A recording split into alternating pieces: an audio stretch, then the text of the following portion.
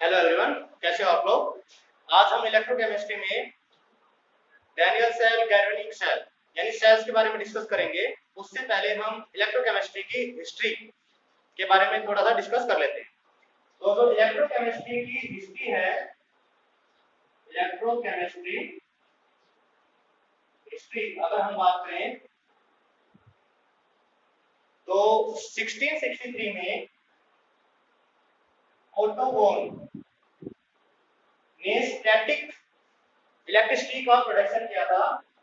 Static electricity का production किया था with the help of friction.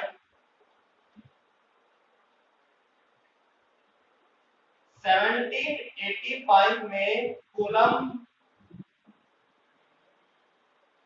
Law of attraction लाया और 1771 में डॉक्टर गैल्वेनाई नाम गैल्वेनाई प्रोफेसर डॉक्टर। और हम स्टडी कर रहे हैं इसको इलेक्ट्रोकेमिस्ट्री में। क्यों कर रहे हैं? क्योंकि इसने एक, हम ये भी कह सकते हैं कि एक ब्रेक थ्रू दिया था इलेक्ट्रोकेमिस्ट्री में। यानी एक आइडिया, लोगों को एक आइडिया मिला, जिस आइडिया के ऊपर लोगों ने सोचना स्टार्ट किया। ये एक्चुअल में क्या कर रहा था कि एक डेड फ्लोक था, उस डेड फ्लोक की लेग को कट करने की कोशिश कर रहा था। तो एक रफ स्केच हम बना लेते हैं ऐसे कि ये डेड फ्लोक है, ये लेग। इसे एक रोड को ऐसे इसके अंदर से पास आउट करके ये स्केपल की हेल्प से ऐसे इसकी लेग को कट करने की कोशिश कर रहा था विद द हेल्प ऑफ स्केपल। तो यहाँ पे एक रॉड इसके फ्लो के अंदर से है, स्केपल की हेल्प से इस लेग को कट करने की कोशिश करने लग रहा। तो इसने क्या देखा कि there was a movement in the leg of that dead frog, कि उस डेड फ्लो की लेग में मूवमेंट हुआ। तो मूवमेंट होने पर इसने रीजन दिया, जब मूवमेंट है तो रीजन तो देना पड़ेगा। वो डॉक्टर है तो डॉक्टर के हिसाब से सोचेगा। इसने कहा कि there is a animal current in that leg, कि उस लैग में एनिमल करंट था और एनिमल करंट की वजह से उसने मोमेंट शो किया। तो इसके ऊपर फिर सोचना स्टार्ट किया अदर साइंटिस्ट ने। तो जो वोल्टा है, जिसकी हम पोटेंशियल डिफरेंस की यूनिट भी अप्लाई करते हैं, वोल्टा ने ये प्रूव किया कि ये जो मोमेंट था ये एनिमल करंट नहीं था, बल्कि किस वजह से था कि डॉक्टर ने यहाँ पे एक मेटल, यहाँ पे जो उसकी बॉडी के अंदर से आर पार रोड जा रखी थी, और दूसरा मेटल यहाँ पे स्टेपल, जिसकी हेल्प से वो उसकी लेग को काटने की कोशिश कर रहा था। दो डिफरेंट मेटल, और जैसे ही दो डिफरेंट मेटल ऐसे टच हुए तो एक रिएक्टिव मेटल से, एक ज्यादा रिएक्टिव मेटल से इलेक्ट्रॉन का फ्लो होता है एक लेस रिएक्टिव मेटल की तरफ, और उस फ्लो ऑफ इलेक्ट्रॉन को हम क्या कहते हैं? इलेक्ट्रिसिटी। और इलेक्ट्रिसिटी अगर उसमें से फ्लो करेगी तो there will be a moment. तो that was the idea of Volta, कि वोल्टा ने इसको आइडिया, इस डॉक्टर के आइडिया को एनिमल करंट की बजाय ये कहा कि there is a production of electricity due to the interaction between two different metal. और उसके ऊपर इसने वोल्टाइक पाइल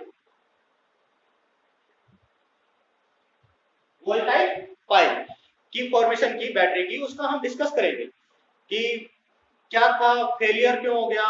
क्योंकि फेलियर है तभी तो आज की डेट में हमारे पास नई वैरायटी की बैटरी आ रही है। इसके अलावा अगर हम शॉर्ट में ही बात करें, 1800 में Nicholson and Ritter, Nicholson and Ritter इन दोनों ने H4 को ब्रेक डाउन किया इन H2 प्लस O2 में। और इसके बाद रिटर ने इलेक्ट्रोप्लेटिंग का कंसेप्ट भी इंट्रोड्यूस किया। इसी के कुछ टाइम बाद इलेक्ट्रोप्लेटिंग वी नो दैट कि एक मेटल पे दूसरे मेटल की लेयर लगा लेना, वो चाहे हम किसी पर्पज से करें, चाहे हमें उसको कोरोजन प्रिवेंट कराना हो, उस मेटल का लाइफ बढ़ानी हो, तो हम इलेक्ट्रोप्लेटिंग का कांसेप्ट यूज करते हैं। बट दैट वाज ए इरा, कि वो एक टाइम था जब ये सारी चीजें चलने लग रही थी। उसके बाद 1832 में, लेट मी इरेज दिस,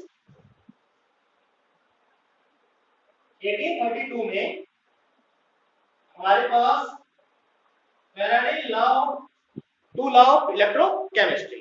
तो जो फैराडे लॉ आपने पढ़े ऑफ इलेक्ट्रोकेमिस्ट्री वो आए। उसके बाद 1836 से लेके 1888 तक हमारे पास Daniell cell means primary cell, fuel cell और नस्ट इक्वेशन ये इंट्रोड्यूस की गई। तो इनको हम डिटेल स्टडी करेंगे कि प्राइमरी सेल क्या है, फ्यूल सेल क्या है या नस्ट इक्वेशन क्या है। जैसे जैसे हम चैप्टर में आगे बढ़ेंगे इन सभी का हमने डिस्कस करना है। तो उससे पहले कि हम आगे बढ़े थोड़ा सा डिस्कशन हम वोल्टाइक पाइल पे कर लेते हैं। वोल्टाइक पाइल जो बनाई थी वोल्टा ने, और वो कंसेप्ट कहां से लिया? Doctor galvanise. तो इसने जो बैटरी बनाई, जो हम इनिशियल की बात कर रहे हैं, इसमें क्या था कि मेटल 1 फिर bright soft cloth, bright soft cloth, फिर मेटल 2, ये हमारे पास हो गया एम, फिर bright soft cloth, bright soft cloth, फिर मेटल 1 ऐसे। तो metal 1 bright soft cloth, metal 2, फिर मेटल 1, फिर ब्राइट सॉफ्ट क्लोथ, फिर मेटल 1, ऐसे मेटल है एक मेटल फिर दूसरा मेटल, बीच में ब्राइट सॉफ्ट क्लोथ ऐसे रख दी। ठीक है, फिर ऊपर फिर ब्राइट सॉफ्ट क्लोथ के ऊपर फिर मेटल 1, फिर से मेटल 2, ऐसे इसने दो मेटल के बीच में ब्राइट सॉफ्ट क्लोथ रखा। और ये जो मेटल प्लेट्स थी ये बहुत हैवी थी, और इन हैवी प्लेट्स में जो करंट का प्रोडक्शन था वो बहुत लो होता था। और क्योंकि यहाँ पे brine brine we know that NaCl plus water का कॉम्बिनेशन, तो जब ब्राइन यहाँ पे यूज किया जा रहा है वो कोरोजन को इनहेंस करेगा, यानी एक तो करंट का प्रोडक्शन कम हो रहा है, ऊपर से जो मेटल हम यूज कर रहे हैं वो कोरोडेटेड हो रहे हैं, उनका कोरोजन हो रहा है, यानी वो हमारे पास गायब होने लग रहे हैं। तो there was a disadvantage but that was a initial era. तो उस टाइम पे ये सक्सेसफुल था, उस टाइम की बात कर रहे हैं क्योंकि पहले कंसेप्ट यही आए थे। बट आज की डेट में अगर हम सोचें कि इतना बड़ा मेटल प्लेट है फिर उनका अरेंज करना, तो एक कॉर्नर तो फिक्स हो ही जाएगा इन मेटल प्लेट्स के लिए, तो दैट वाज डिस्कार्डेड। आज की डेट में हम इनके बारे में सोचते भी नहीं है। आज की डेट में तो हमें लाइट वेटेड बैटरी चाहिए बिल्कुल, और एक छोटी सी जगह पे वो फिट हो जाए, यानी एक पर्टिकुलर स्पेस हमें उसी के लिए ऑक्युपाई किया होता है। बैकअप भी अच्छा चाहिए, एक बैटरी में हम सारी ये चीजें देखते हैं आज के लिए।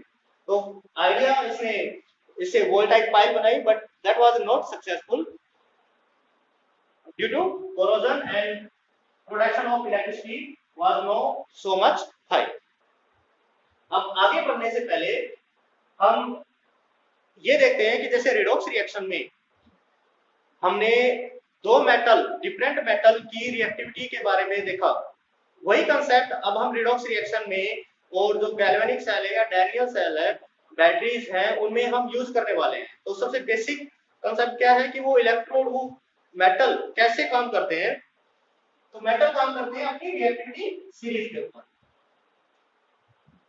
रिएक्टिविटी सीरीज पे। ये रिएक्टिविटी सीरीज आप लोग 10th क्लास से पढ़ते आ रहे हो, मेटल और मेटल के चैप्टर से।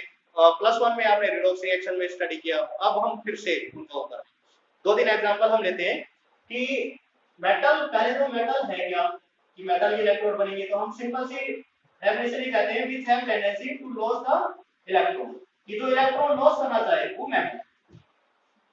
फॉर एग्जांपल कि भाई हम ये ले लेंगे एक्टिविटी सीरीज से तीन बंदे उठा लिए, Zn Cu एंड Ag, ये तीन उठा लिए हमने। अब Zn जो है हमारे पास इन सभी में सबसे ज्यादा रिएक्टिव है, ये सबसे ज्यादा रिएक्टिव है। फिर हमारे पास कॉपर है, फिर हमारे पास सिल्वर है या गोल्ड प्लैटिनम, ये ले लो। तो अगर एक अब इनकी हम तीनों की कंडीशन देखें, इसकी टेंडेंसी होगी इलेक्ट्रॉन लॉस करने की, स्टेबल स्टेट है Zn2 पॉजिटिव, इसकी भी टेंडेंसी होगी इलेक्ट्रॉन लॉस करने की, स्टेबल स्टेट है Cu2 पॉजिटिव, इसकी भी टेंडेंसी होगी इलेक्ट्रॉन लॉस करने की, और स्टेबल स्टेट होगी Ag पॉजिटिव। अगर इन दोनों को हम साथ रखें तो क्या होगा, इन दोनों में ये रिएक्टिविटी सीरीज में आपका ऊपर है यानी ज्यादा रिएक्टिव है, तो इसकी टेंडेंसी होगी, ये अपनी टेंडेंसी स्ट्रॉन्ग टेंडेंसी रखेगा इलेक्ट्रॉन को लॉस करने की, और अगर इसके साथ ये हुआ तो इसकी टेंडेंसी होगी उस टाइम पे इलेक्ट्रॉन को एक्सेप्ट करने की, ये लॉस नहीं करेगा, यानी इसका ऑक्सीडेशन होगा तो इसका रिडक्शन होगा। आगे हम एग्जांपल देंगे। इन दोनों में अगर इन दोनों की अगर हम बात करें तो ये दोनों अगर हमने साथ रखे हैं तो इसकी टेंडेंसी होगी तो इलेक्ट्रॉन को लॉस करने की, और इसकी टेंडेंसी उस टाइम पे होगी इलेक्ट्रॉन को गेन करने की, यानी ये तो ऑक्सीडाइज होगा और ये रिड्यूस होगा। और वो क्यों होते हैं, वो हम देखते हैं कि इलेक्ट्रॉनिक कॉन्फ़िगरेशन। फॉर एग्जांपल हम जिंक का ही एग्जांपल ले लेते हैं, एटॉमिक नंबर 13, इलेक्ट्रॉनिक कॉन्फ़िगरेशन क्या आएगी, इसकी इलेक्ट्रॉनिक कॉन्फ़िगरेशन हम लिख लेते हैं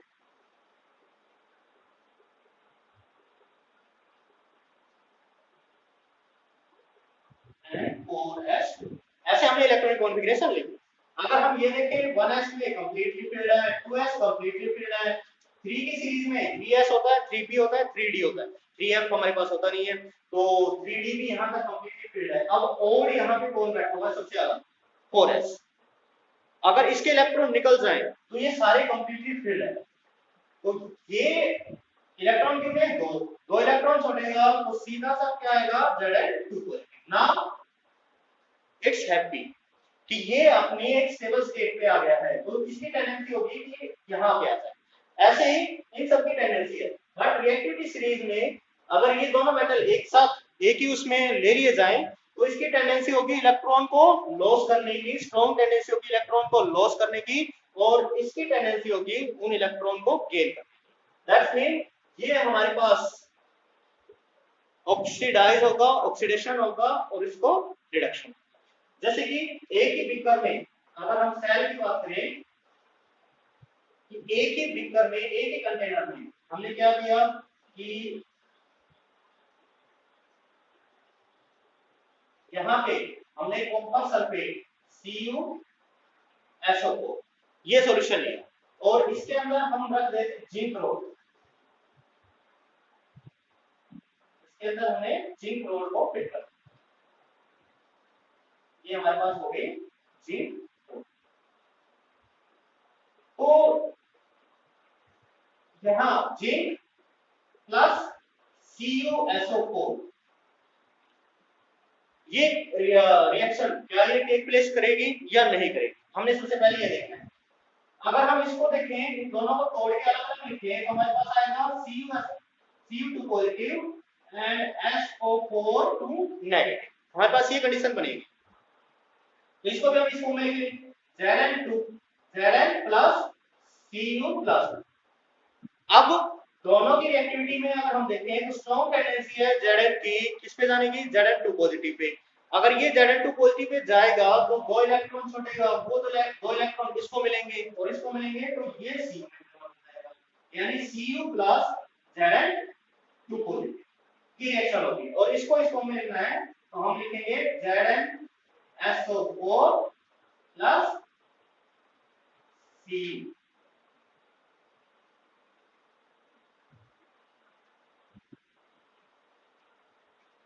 हमारे पास Cu इस कंडीशन में इसके ऊपर डिपॉजिट होता चला जाएगा, ये सॉलिड फॉर्म में आता चला जाएगा, यानी यहाँ +2 के ऑक्सीडेशन स्टेट से ये यहाँ 0 पे आ जाएगा, और ये यहाँ 0 से +2 की ऑक्सीडेशन स्टेट, यानी ये रिडॉक्स रिएक्शन हुई है। अब इसी रिडॉक्स रिएक्शन के अकॉर्डिंग हमने एक, ये तो हो गया कि with in A same container, कि एक ही कंटेनर के अंदर हमारा सारा का सारा काम हो रहा है कि ऑक्सीडेशन भी हो रहा है और रिडक्शन भी हो रहा है।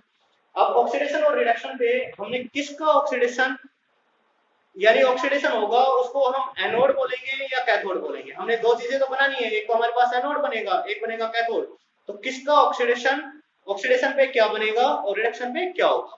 तो इसके लिए हम करते हैं ये दो बारियां NOx और रेड यानी anox take an means anode और ऑक्स में oxidation, red means red cat cathode हो गया और रेड हो गया रिडक्शन। यानी यहाँ पे अगर हम एनोड और कैथोड देखें हमारे पास तो ऑक्सीडेशन किसका हुआ है, Zn का, तो ये तो हमारा क्या बनेगा, ऑक्सीडेशन हुआ तो ये हमारा जाएगा एनोड, और Cu का क्या हुआ है, रिडक्शन, तो ये हमारे पास क्या बनेगा, Cu हमारा अगर रोड की बात करें तो ये बनेगा। बट क्योंकि ये सेम सेल है इसके अंदर हम एनोड और कैथोड का सिनेरियो नहीं लेंगे, हम हाफ सेल में डिवाइड कर रहे हैं, ये तो हम एक ही सेल के अंदर रिएक्शन देख रहे हैं, क्या ये पॉसिबिलिटी होती है या नहीं होती है।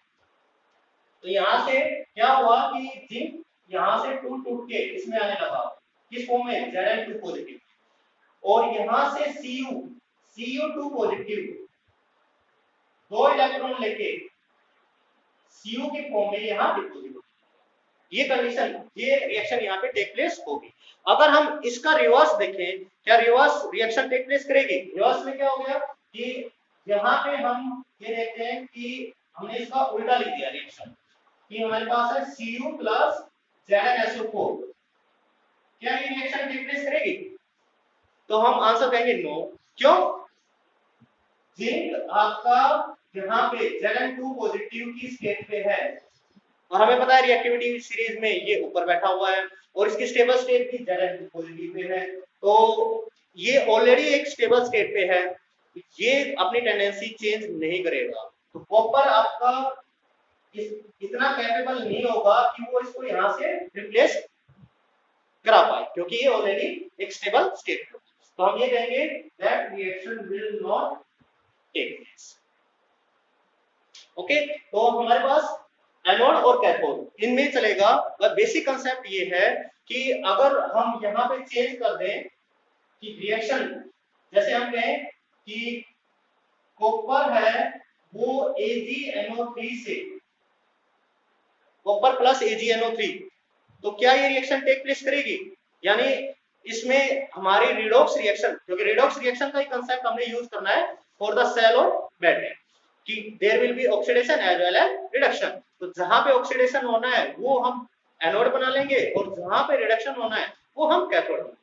तो यहाँ पे रिएक्टिविटी सीरीज में हम देखते हैं कि copper is more reactive than Ag, copper की जो स्टेबल स्टेट होगी वो होगी Cu2 पॉजिटिव, तो क्या ये Cu2 पॉजिटिव की स्टेट पे है, यहाँ पे हम कहेंगे नहीं है, तो ये जाना चाहेगा अपनी स्टेबल स्टेट पे, that mean that reaction will cross, ये रिएक्शन टेक प्लेस करेगी।